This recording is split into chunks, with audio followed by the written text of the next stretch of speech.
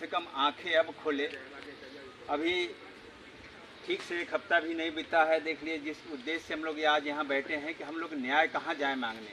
आज भारत का संविधान सिर्फ किताबों में देखने को रह गया है, ज़मीन पे देखा जाए तो भारत का संविधान देखने को नहीं मिल रहा है।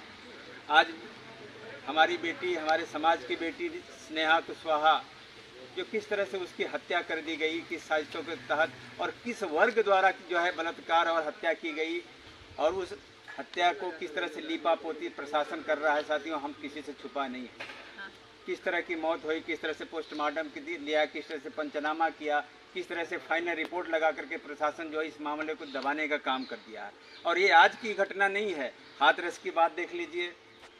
और अभी तत्काल आज हमारे पास एक कहीं न कहीं हमारा समाज को, दलित आदिवासी पिछड़े समाज को, जो आज की सत्ता सरकार है उसके इशारे पे आज जो देश में जो घटनाएं हो रही हैं और घटनाओं को लेकर के जिस तरह से लीपापोती की जा रही है, एक खास वर्ग को जो है प्रमोट किया जा रहा है, खास वर्ग को संरक्षण दिया जा रहा है, कि किसी से छुपा नहीं है।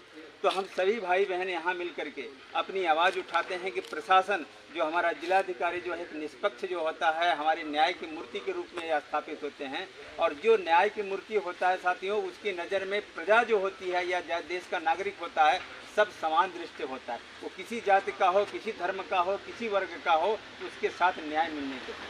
हम इस उम्मीद के साथ यहाँ हम लोग जिला प्रशासन के पास आए हैं कि जो पीड़ित बिटिया है स्नेहा कुशवाहा, इसके साथ अब न्याय मिलना चाहिए। बहुत हो गया, नहीं तो ये बहुजन समाज और ये हमारा जो मूल निवासी जब सड़कों पे आएगा साथियों, ये बहुसंख्यक में है, कभी भी जो है ये हाथियों के बराबर इसमें बल है।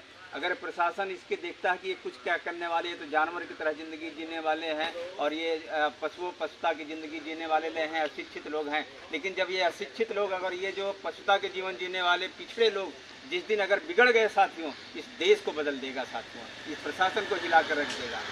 जागने की जरूरत है। इसको अलग अलग भ्रमों में, अलग अलग धर्मों में किस तरह से भरमा करके ये प्रशासन अपना काम निकल रहा, फूट करो, राजनीति करो, यही उसके हम लोग शिकार हुए हैं। तो हम सभी भाई बहनों के से निवेदन है, प्रार्थना है, इस तरह के जघन्य मुद्दा को दोबारा न हो, इसके लिए हम सभी लोगों को मिल करके इसका समर्थन करना चाहिए। आज हम लोग जिला मुख्यालय पे आकर के इस पीड़ित को जो है न्याय दिलाने की मांग कर रहे हैं। हम लोग सभी चाहते हैं कि इस पीड़ित को न्याय हो, ताकि दूसरे लोग का मनोबल टूटे, जो दूसरे वर्ग के हैं, दमंग और प्रवृत्ति के लोग हैं, जो ब्राह्मणवादी मनुवादी सोच वाले लोग हैं, उनके मनोबल को तोड़ा जाए।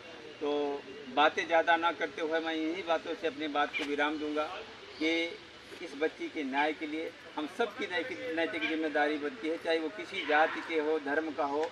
ये एक मानवता का अमानवता वाला काम है। एक बच्ची के साथ जो दुष्कर्म हुआ और जो आज से होता चला आ रहा है, ये सत्ता सरकार के संरक्षण के कारण हो रहा है। आज जो देश की सत्ता सरकार अगर ये सख्त हो जाए और एक नज़र से सारे वर्गों को देखने लगे, तो इस तरह की घटनाएं न हो।